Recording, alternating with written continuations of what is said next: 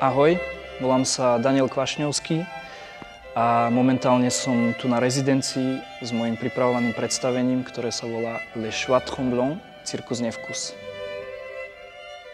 Je to projekt, ktorého som autor, interpret a kostýmer a tento projekt zastrešuje francúzsky súbor Le Nouveau-Né et Compagnie. Práve tu v Cirkóne je to oficiálne úplne prvá rezidencia celého tvorivého procesu, ktorý mňa a celý môj umelecký tým čaká. Je to solové predstavenie, miešajúce klaunské, teatrálne umenie a vzdušnú akrobáciu na lane. Taktiež je to spojené s ďalšou cirkusovou disciplínou, ktorú v novom cirkuse už moc nevidíme. Je to hula hoop. Je to predstavenie, ktoré využíva kódy a estetiku neaktuálneho cirkusu, alebo v úvodzovkách tradičného cirkusu. Dávam to do úvodzoviek, lebo vlastne stále nevidím tie jasné čiary, kde sa končí jeden cirkus a kde sa začína druhý. Aký je tam rozdiel medzi novým, tradičným, súčasným.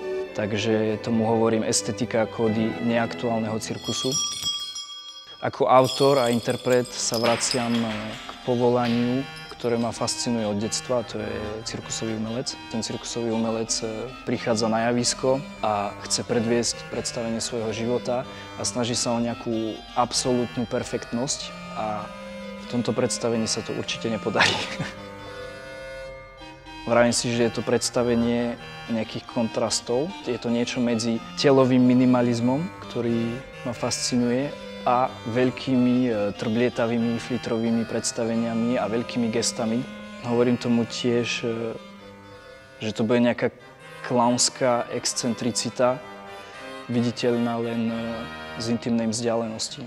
Takže sa snažím nájsť sveté a svetské zároveň, čo sa snažím najviac hľadať v pohybe, v kostýme, v nejakej dramaturgii, je hanblivá excentricita a excentrická hanblivosť. Proste nájsť nejaký zabudnutý barok a celé to nejak dať dokopy a za 2 roky tada.